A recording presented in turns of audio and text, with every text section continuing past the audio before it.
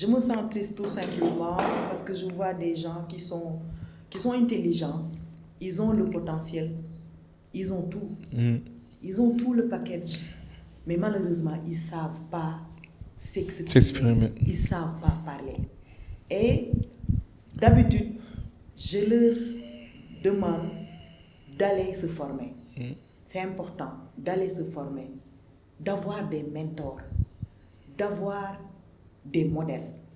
Comme le dit si bien notre directeur de division, Moussa Gueye, à force de copier, on devient original.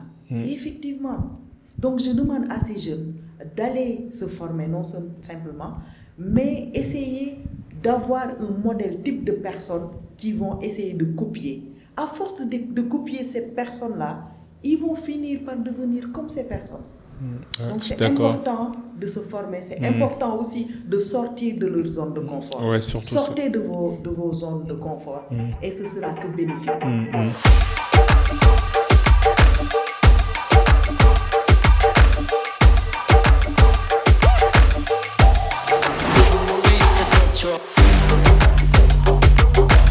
Salam Ziyar, bonsoir à tous et à toutes, j'espère que vous allez bien, ici your boy Habib Sall. Bienvenue pour un nouvel épisode du Cercle d'Influence Podcast, votre cercle qui s'inspire à inspirer avant d'expirer. Aujourd'hui, j'ai le grand honneur de recevoir ma chère princesse Fatima Diop. Fatima, bienvenue au cercle. Merci beaucoup Habib, merci pour l'invitation. Je suis très honorée aujourd'hui d'être ton invité du jour. Le plaisir est pour moi. Ça fait quelque temps qu'on essaie d'organiser ça, donc je suis content qu'on le fasse physiquement et non en mode distanciel. Est-ce que tu peux nous présenter un petit peu, tu peux parler de princesse Fatima, de ton parcours, de ton enfance, avant qu'on entre dans le vif du sujet? Princesse Fatima Diop, je dirais que moi je suis une passionnée des ressources humaines. Je suis aussi passionnée de tout ce qui est art oratoire, plus particulièrement le développement personnel. Je suis maman de filles et garçons et je suis spécialiste RH dans un cabinet d'avocats de la place. Bien évidemment, comme vous le voyez, je collabore au quotidien avec des avocats, des juristes et un personnel d'appui. Je suis l'actuelle présidente du club Dakar Xewul Toastmaster Club, le plus grand club du Sénégal. Ouais, c'est ça. Notre Dakar Xewul Toastmaster, moi je suis passé, comme on en a parlé en off, je suis passé à Dakar Xewul Toastmaster entre 2022 et 2023. Et c'est un club de prise de parole en public. On aura le temps d'en parler un petit peu. Mais je te laisse continuer pour ton parcours académique, professionnel. Et ton enfance, tu as grandi ici au Sénégal? Évidemment, oui. Moi, je suis sénégalaise. Je suis née et grandie à la ville sainte de Tivaouane. Ah ouais, ok. J'ai fait mes études là-bas. Tu es une talibé cheikh alors. Je suis une vraie talibé cheikh. D'ailleurs, je fais le wird matin et soir. Ah, c'est bien, c'est bien. Et de là-bas, j'ai eu mon enfance a été marquée par énormément de choses. Une petite anecdote. Moi, j'ai très tôt pris le rôle de maman. Tout simplement parce que ma mère est décédée lorsque j'avais 6 ans. Déjà à l'âge de 6 ans, j'ai perdu ma mère. Paix à son âme. Et je suis issue d'une fratrie de 7 enfants, dont je suis la seule fille.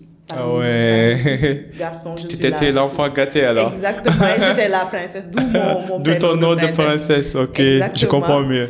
Et je devais m'occuper de mes frères. Je devais aller au marché, cuisiner et partir à l'école. Wow. Chaque jour, à midi, à la descente, je courais vite au marché. Et j'allais à la maison pour préparer le déjeuner pour mes frères. Et le soir, à 17h, je revenais de l'école et je préparais le dîner pour mes frères. Il m'arrivait des jours où je posais le bol et je courais directement vers l'école, sans pour autant manger. Donc ce rôle de maman, je l'ai très tôt approprié. Et comme j'ai l'habitude de dire, moi je suis RH inné. Très tôt, j'ai épousé ce métier de de gérer des personnes. Donc, c'est pourquoi je dis tout le temps, je suis RH inné et je suis une passionnée des ressources humaines. Mais je t'aurais ajouté aussi quelques d'autres étiquettes, une psychologue, une sociologue, parce que gérer cette personne, gérer tout ton foyer, c'est pas facile. Surtout si jeune, c'est pas du tout facile, quoi. Exactement. Mais qu'est-ce que toutes ces expériences-là t'as appris entre-temps? Là, vous avez pris de l'âge, vous êtes encore beaucoup plus mature, mais quand vous regardez 10 ans, 15 ans en arrière, qu'est-ce que toutes ces expériences-là, comment ces expériences t'ont forgé dans la vie de manière générale? Donc, j'ai fait mes études à Tivaouane et jusqu'à l'obtention de mon baccalauréat, c'est en ce moment que j'ai rejoint Dakar. J'ai rejoint l'Institut africain de management, IAM Dakar, et j'ai eu une licence en gestion des ressources humaines et un MBA en gestion de la qualité. Les ressources humaines, c'est ma vie, c'est ma passion. Je m'active dans ça matin et soir. En dehors des ressources humaines, je suis très très passionnée de la prise de parole en public et surtout du développement personnel. D'ailleurs, c'est ce qui m'a amenée à Tosmasse. C'est par le biais d'un de mes collègues, Maître Yankoba Ndiaye, un homme merveilleux. Je connais Yankoba. C'est lui qui m'a tendu la main. Je le salue au passage. Exactement, il est merveilleux. Il est cool. Merveilleux. C'est grâce à lui que j'ai découvert Tosmasse. À l'époque, il y avait M. Sié Oumar Sanou, qui était président de Dakar Tosmasse. Yankoba m'a dit, mais Fatima, toi, je sais ce qu'il te faut. Va à Tosmasse et essaye de participer au moins à une séance de formation. Tu verras. Tac, il m'a donné le numéro de Oumar Sanou, que je salue de passage, notre directeur de division des livres actuel. Et Sanou m'a invité à une séance de formation. Tac, premier jour, un samedi matin, je suis partie. Et à mon arrivée, j'étais tellement timide, je tremblais de partout. Ce jour-là, je me rappelle, il y avait Abdoulatif Idrissa. Ouais, je connais bien. C'était lui le meneur des improvisations. Tout naturellement, il m'a posé une question en me disant, « Madame, pouvez-vous nous donner votre livre préféré et pourquoi, selon vous, la lecture est importante ?» J'étais là. Je ne savais même pas quoi dire. Et ce qui m'est venu à l'esprit automatiquement, c'est une si longue lettre de Mariama. Comme vous le savez, une si longue lettre, je peux dire que pratiquement tous les Sénégalais l'ont lu. C'est sûr. Et automatiquement, j'ai dit, une si longue lettre. Et bien sûr, une si longue lettre fait partie de mes livres préférés. De Mayamba, ouais. À la question, selon vous, pourquoi la lecture est importante? Par chance ou par magie? J'ai dit, la lecture est importante parce que tout simplement, elle nous permet de voyager, de découvrir d'autres cieux sans même pour autant quitter votre fauteuil. Et ils ont applaudi. Donc cette bienveillance m'a attirée. Et depuis ce jour, je n'ai plus quitté la scène. Je n'ai plus quitté la scène et j'ai adoré. Je suis restée finalement. Pour les gens qui nous écoutent, je sais que moi et toi, on connaît bien Dakar Khéol Tosmaça, mais est-ce que tu peux revenir sur les principes de Tosmaça, la mission, la vision et surtout les composants? Par exemple, tu as parlé de meneur d'improvisation, il y a d'autres rôles aussi. Peut-être tu peux détailler ça. Oui. Concernant les rôles à Dakar Khéol Tosmaça Club, avant de parler même de Dakar Khéol, on parle de Tosmaça. On parle de Tosmaça en général, Tosmaça International. C'est une organisation à but non lucratif. Tosmaça aide les gens à améliorer leur leadership, à parler en public et de gagner une confiance en soi. Donc, si nous revenons à Dakar Khéol Tosmaça Club, c'est mon club de cœur, c'est mon club préféré. Et d'ailleurs, je suis l'actuelle présidente élue de ce merveilleux club-là. Par rapport au rôle qu'on a dans ce club, je peux citer le rôle de grammairien, celui qui surveille la langue de Molière, si nous faisons des fautes en parlant, si nous respectons les ponctuations, Donc, tout ce qui concerne cette langue française-là, c'est aux grammairiens de gérer ce rôle-là. Il y a aussi le rôle de chronométreur. Ouais. Parce que, comme tu le sais bien, Abibou, le temps est précieux. Comme disent les Anglais. Time is money. Le temps, c'est de l'argent. Donc, à Toastmasters, on l'a très vite compris. Je pense que c'est la raison pour laquelle on a ce rôle-là de chronométreur. C'est une personne qui est là juste pour garder le temps. On l'appelle même gardien du temps. À part le chronométreur, je peux citer le rôle de veilleur, celui qui est là, qui écoute chaque discours, et à la fin de chaque discours, ce sera à cette personne-là de poser des questions au public pour voir leur niveau de compréhension, leur niveau de concentration. Ouais. Ainsi de suite. Il y a énormément de rôles au niveau de Dakar Xew Toastmasters Club. J'inviterai peut-être ceux qui sont en train de nous regarder d'adhérer au Dakar Xew Toastmasters Club ou tout simplement au club Toastmasters. Ouais. Et on va aborder après cette transformation parce que j'arrive pas à comprendre que tu étais une personne timide et que là tu parles sans gêne et de manière en fait complètement naturelle. Mais oui, Toastmasters, moi je peux en témoigner parce que je suis passé par Toastmasters. Je pense que j'ai l'habitude de dire que Toastmasters c'est un club pour les gens qui sont socialement bizarres et qui veulent intégrer en fait dans notre société. Donc moi aussi avant j'étais une personne très timide, j'avais du mal à regarder les gens droit dans les yeux, surtout à bien exprimer et à bien en fait dire les dictions des mots, quoi, de certains mots. Et avec Toastmasters, avec le rôle des chronométreurs, le rôle des compteurs des hésitations, parce que je faisais beaucoup de A, je faisais beaucoup de tics de langage A, donc en effet, et ça, franchement, ça m'a beaucoup aidé.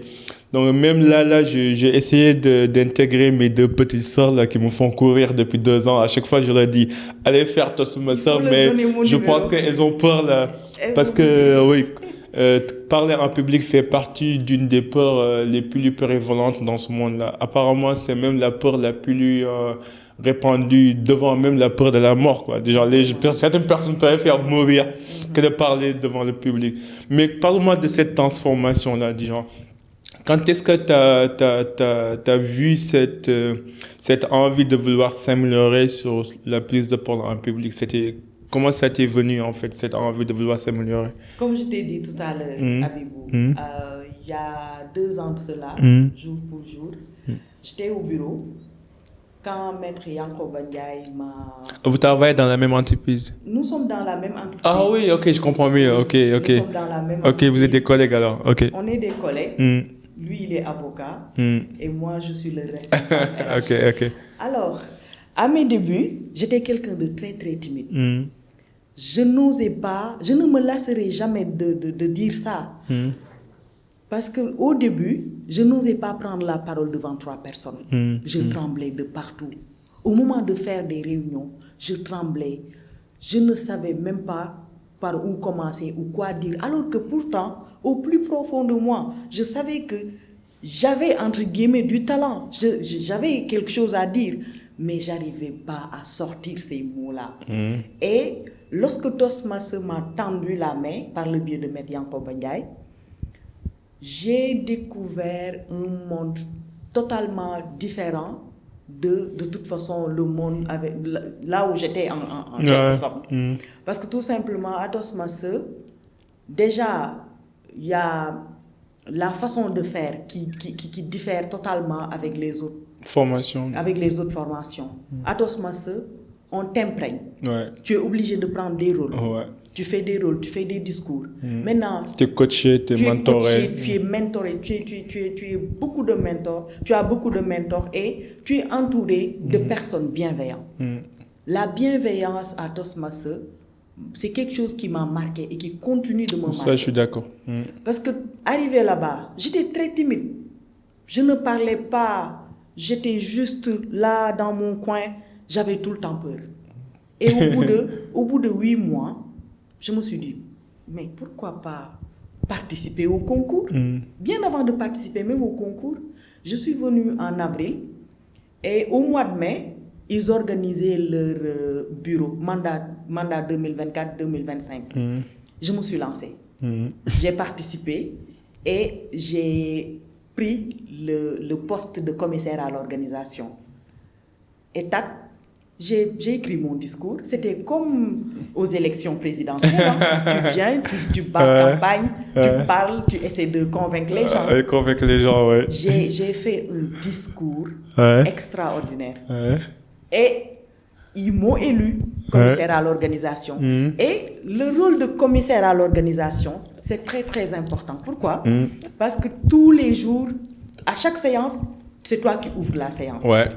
Tu introduis le président et au fur et à mesure que tu parles aux gens, au fur et à mesure que tu ouvres les séances, ça te donne envie de parler, de plus parler, ça te donne confiance en toi. Mais j'ai gagné quelque chose d'inestimable au niveau de Toastmasters. Surtout en termes d'amitié, ça ne se limite pas uniquement à l'histoire de président pour la République, mais c'est bien d'avoir une communauté, quoi, d'appartenir à une communauté, de développer des amitiés qui peuvent durer sur le long terme, quoi. Et ça, c'est inestimable, c'est une valeur inestimable. À mes débuts à Toastmasters en 2022, ma vie était je traversais des moments assez difficiles. Parce que quand tu es femme, c'est pas facile. Tu vis dans une maison familiale, parfois ça peut être compliqué. Et le boulot, ainsi de suite. Mais lorsque j'ai rejoint Toastmasters... c'est une seconde famille. Moi, c'est ce que je dis d'habitude aux jeunes, c'est que je pense qu'en tant qu'être humain, on a besoin d'un challenge, on a besoin d'une communauté et on a besoin de se sentir aimé, apprécié, quoi. Et je pense que d'habitude, notre famille maternelle ou paternelle, biologique, ça suffit pas parce que parfois on a besoin d'être apprécié, intégré par des gens qu'on ne connaît pas. Et que ce soit les arts martiaux, Toastmasters ou les associations, c'est un médium pour faire ça, en fait, pour développer des amitiés, mais surtout pour se tester, tu vois. Je pense que dans la vie, c'est bien de sortir de sa zone de confort de temps en temps. Mais comment t'as participé au concours de la division, tu m'avais dit, non? Exactement. Comment ça a été? Cette année, j'ai eu un déclic. Je me suis levée un bon jour et je me suis dit, tiens, mais Fatima, pourquoi ne pas participer au concours de discours? Je n'étais pas sûre de moi. Je me suis dit juste, mais de toute façon, moi, je vais sortir de ma zone de confort et je vais essayer de découvrir ce qui se cache derrière ces concours-là. Parce que je voyais tout le temps les candidats, ils étaient stressés, ils avaient peur. Et je me suis dit, mais pourquoi pas tester? C'était juste pour tester. J'ai participé au concours niveau club. Et tac, j'ai gagné. J'ai participé au concours niveau division. J'ai gagné. Niveau secteur, j'ai gagné. Et je suis partie jusqu'au niveau... tu gagnes souvent, toi. Et je suis partie jusqu'au niveau district. C'est le concours qui se... En fait, c'était au niveau de Yamoussoukro, à Yamoussoukro. Et j'ai participé tout naturellement. Et par la grâce de Dieu, je suis rentrée à la maison avec une coupe. J'ai gagné la 3e place. C'est pas mal. C'est pas mal. Il faut être fier de ça. Parce que oui, c'est quand même une division, quoi. C'est sur le plan régional. Voilà. Et ce qui est à préciser... C'est pas le même niveau de compétition. Exactement. Ce qui est à préciser, c'est que le niveau district, c'est 12 pays. 12 autres pays, en fait. C'est 12 pays. C'est des personnes venues un peu partout de la sous-région. Et c'était en Côte d'Ivoire, à Yamoussoukro. Et on était 12 candidats. Donc imagine, un concours et tu es en face de 12 autres candidats ou 11 même, et tu as pu gagner ce prix-là. Pour moi, c'est une fierté. Et si je comprends bien, ceux qui gagnent au niveau de la division, ce sont les gens-là qui vont participer au concours international de Toastmasters. En réalité, au niveau du district, il y a 2 concours. Il y a le concours en français et le concours en anglais. Et comme on parle de l'international, c'est le concours en anglais qui passe pour le concours international, je comprends. Parce qu'aux États-Unis, il y a la grande conférence internationale de qui se tient normalement au mois d'août prochain. Non, super. Mais je suis surpris de voir une RH qui n'a pas fait des cours de prise de parole en public en avant, parce que RH, la majeure partie du métier d'une RH, c'est de négocier, de communiquer, de passer des interviews.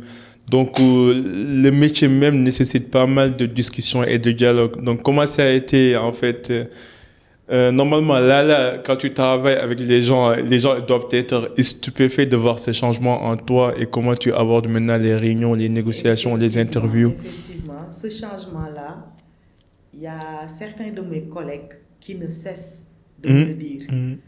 Il y a une dame qui s'appelle Leïkoum Ndiaye. Elle aime me taquiner en réalité. Elle me dit, mais Fatima, je reste comme ça, bouche bée quand je te vois parler. Parce que je connais la Fatima d'avant et la Fatima d'aujourd'hui.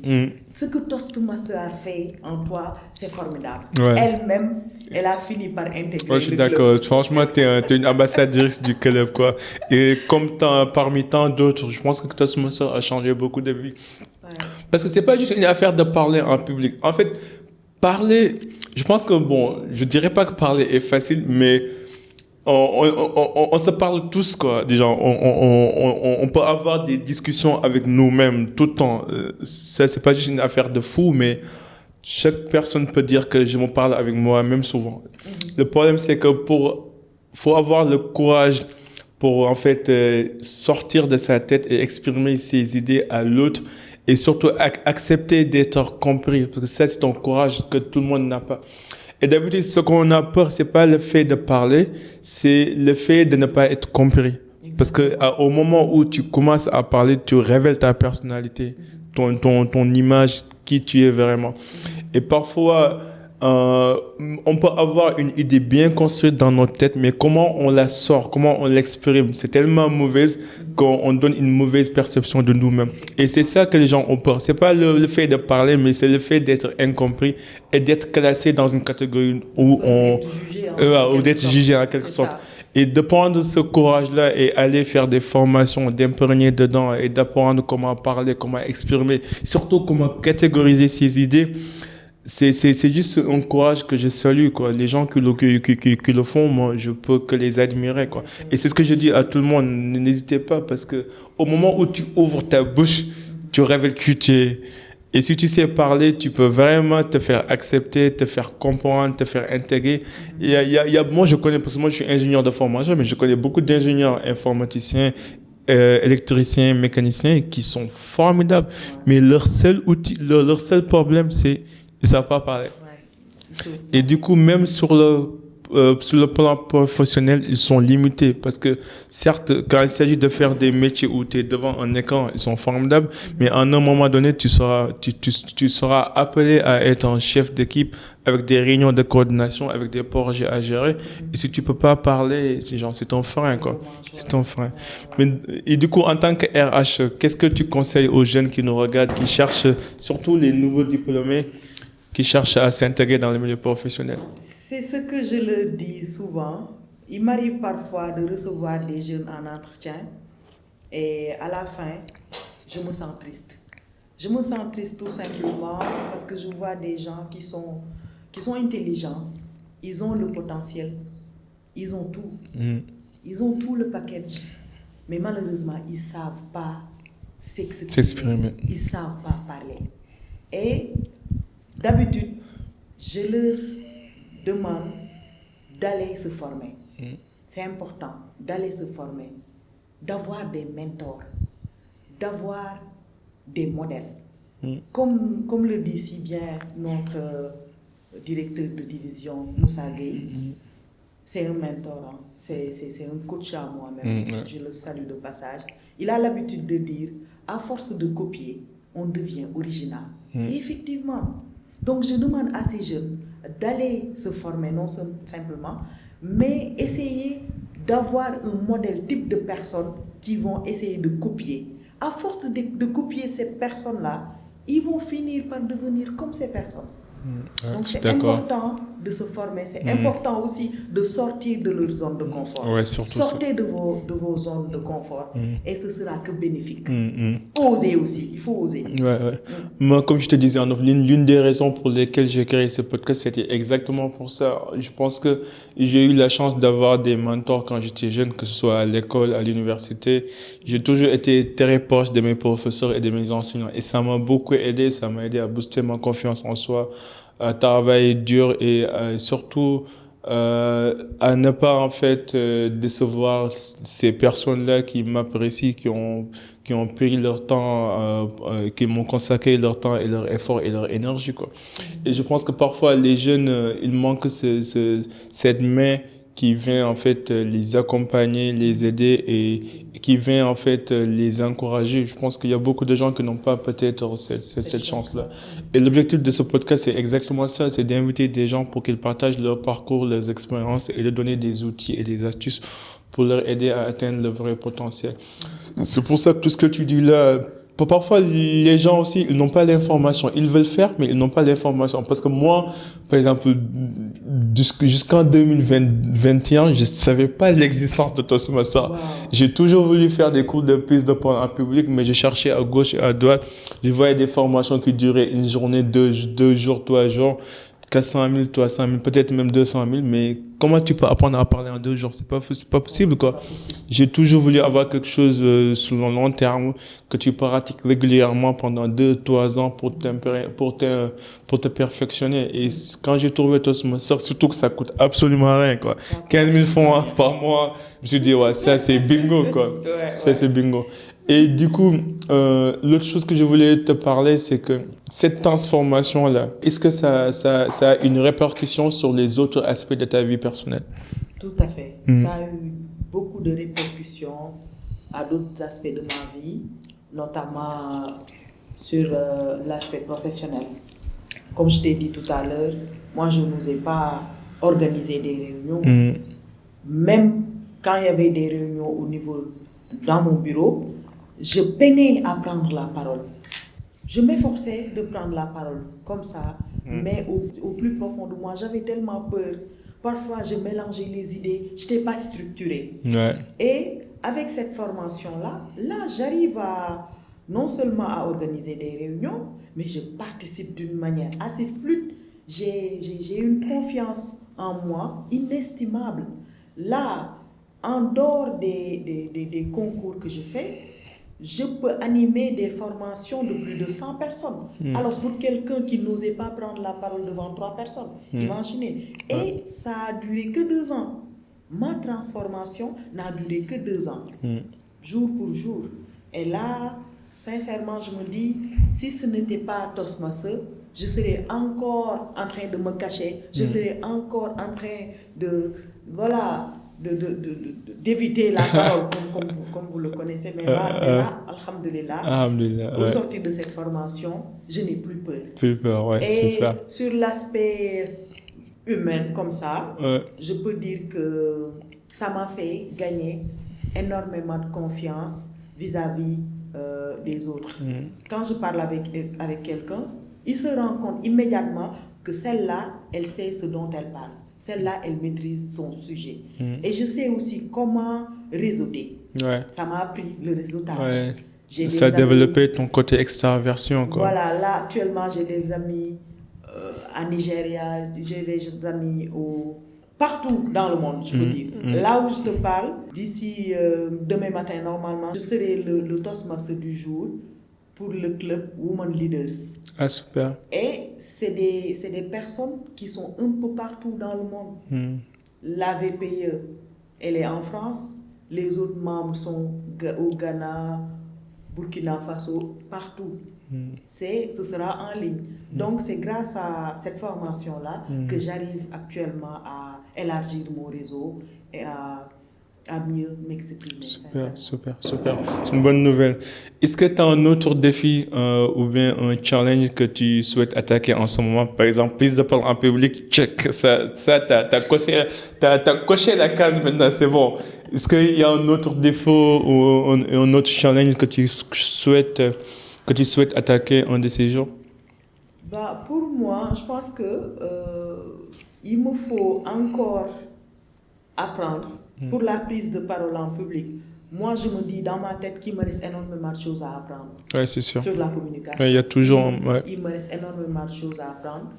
Peut-être les autres défis que j'ai, c'est de pouvoir bien travailler mon leadership. Ouais. Essayer de gérer plus de monde que j'ai l'habitude de gérer. Comment tu définis le leadership? Le leadership, pour toi? Pour moi, c'est la capacité d'impacter, d'influencer des gens. C'est cette capacité-là qu'a une personne de pouvoir fédérer en fait. Il y a cette capacité à fédérer, il y a cette capacité aussi à inspirer, impacter d'autres personnes. Et ça se fait à travers la parole ou à travers les actes ou les deux? C'est les deux. Les deux, ils vont de pair. En fait, c'est à travers les actes, mais non, et à travers aussi non-paroles. Mais non-paroles doivent avoir un lien où ça doit... coïncider. Voilà, ça doit coller en fait. Ça doit coller.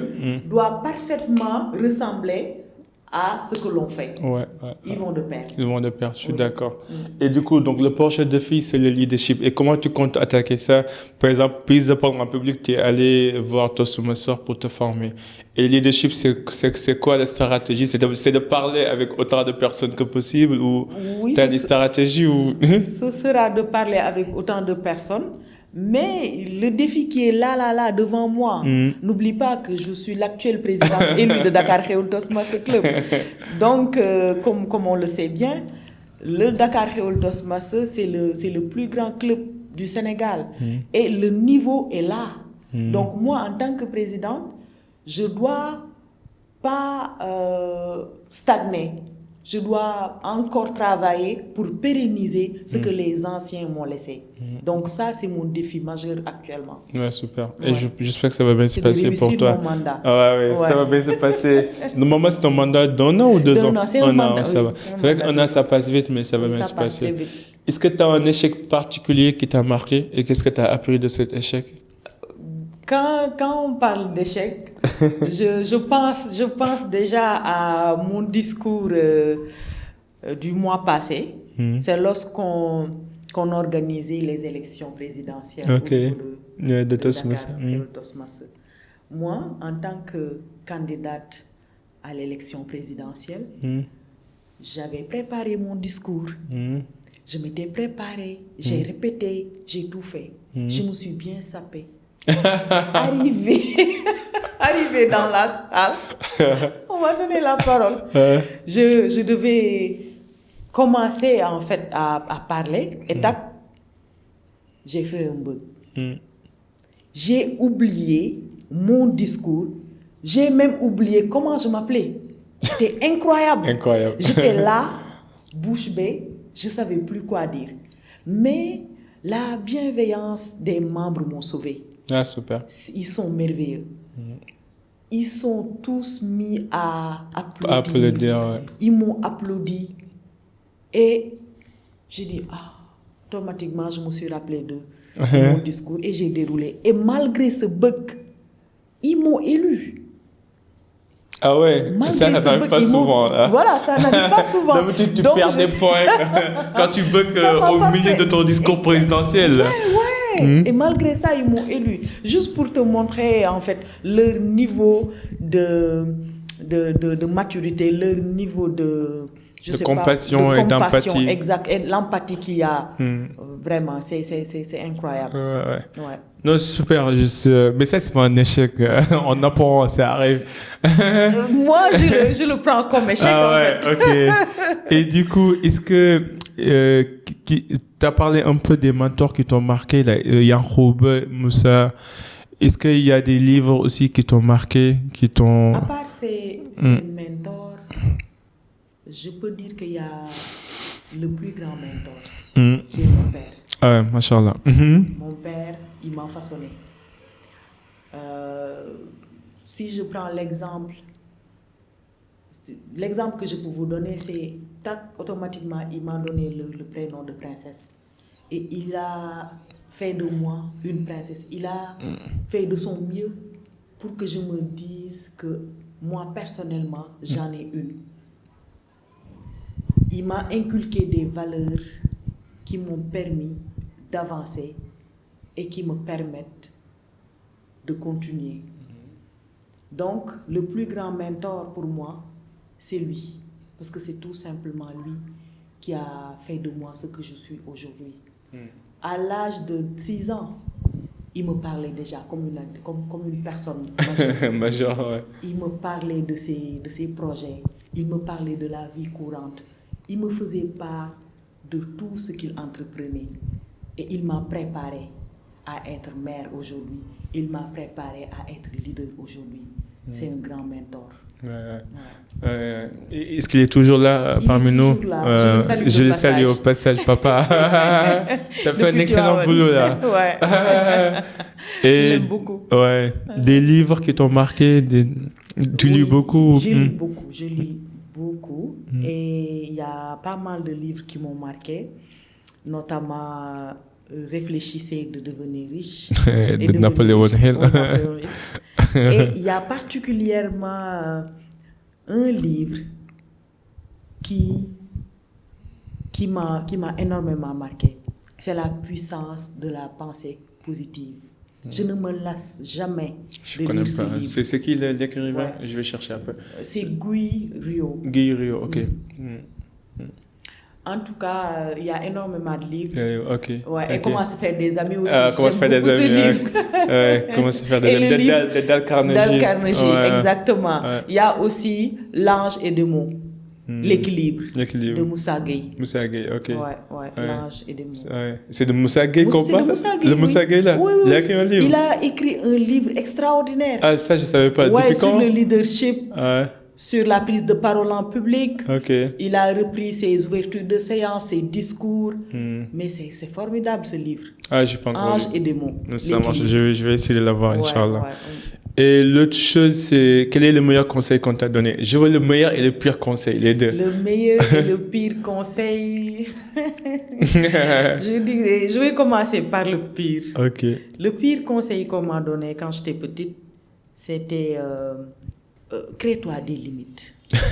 Qui a dit ça? Crée-toi des limites. Une femme ne doit pas trop s'ouvrir. Une femme ne doit pas avoir beaucoup d'idées. C'était des conseils. Réducteur, quoi. C'était conseils très réducteurs. Très limitant, fois. C'était trop limitant. Et ça m'a limité. Et ça te fait perdre la confiance en soi. C'est malheureux. Donc, je dirais que ces conseils-là, c'était les pires conseils qu'on m'a donnés. Cache-toi. Il ne faut pas trop être visible, tout ça. Maintenant, pour... le meilleur conseil. Le meilleur conseil, best tips. Ah là, il y en a beaucoup. Donne-moi la crème de la crème.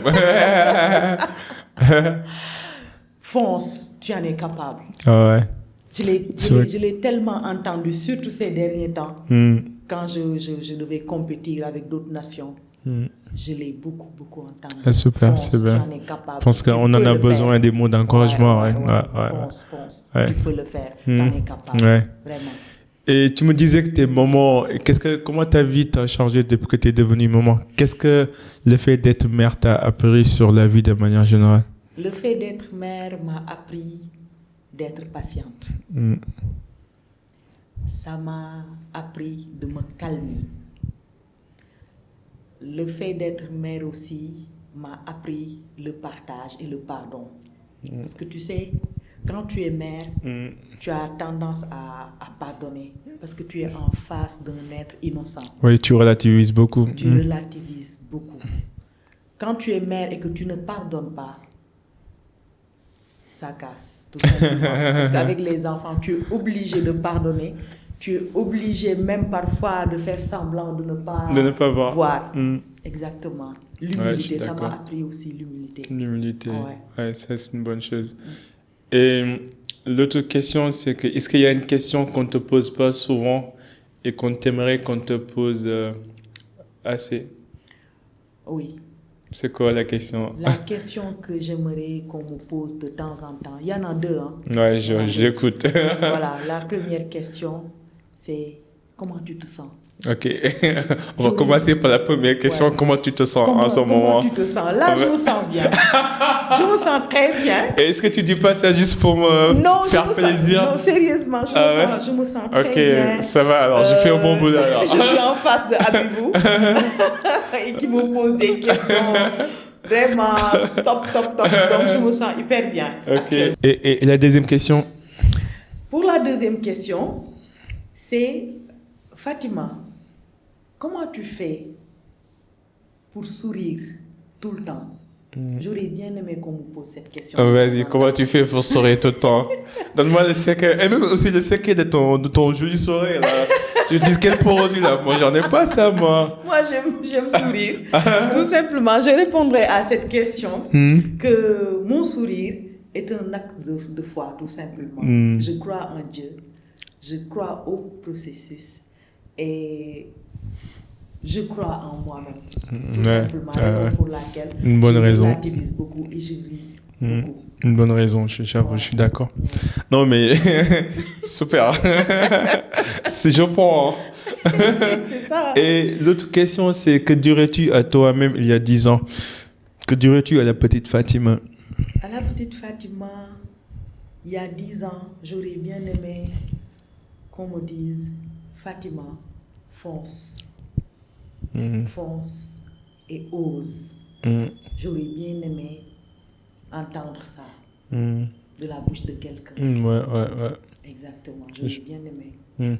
J'aimerais revenir peut-être rapidement avant qu'on boucle sur ton enfance. Tu me disais que tu as grandi dans une fratrie de 7 personnes, de 7 enfants. J'aimerais vraiment entendre ton point de vue sur ça. J'imagine que le fait d'être obligé dès le bas âge à prendre soin de tes frères, ça t'a un peu forgé dans la vie de manière générale, quoi.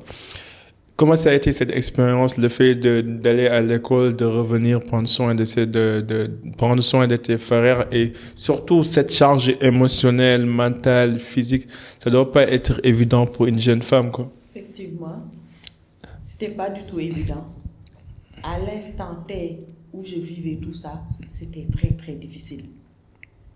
En quelque sorte, ce sourire que vous voyez là, c'était des pleurs. Je pleurais énormément. Je m'étais même dit que j'étais malheureuse. Mais avec le temps, lorsque je suis devenue majeure, je me suis rendu compte que c'est ça exactement qui m'a forgé. Ouais. Ça m'a forgé, ça m'a façonné. Cette résilience-là que j'ai actuellement, c'est grâce à ces épreuves-là que j'ai vécues. Ouais, j'imagine. Ça m'a rendue forte. Je suis quelqu'un de très forte, très ouais, résiliente. J'imagine. Et patiente aussi. J'imagine. Vous avez perdu votre maman à quel âge? 6 ans? À l'âge de 6 ans. Wow. Et à 10 ans déjà, je cuisinais.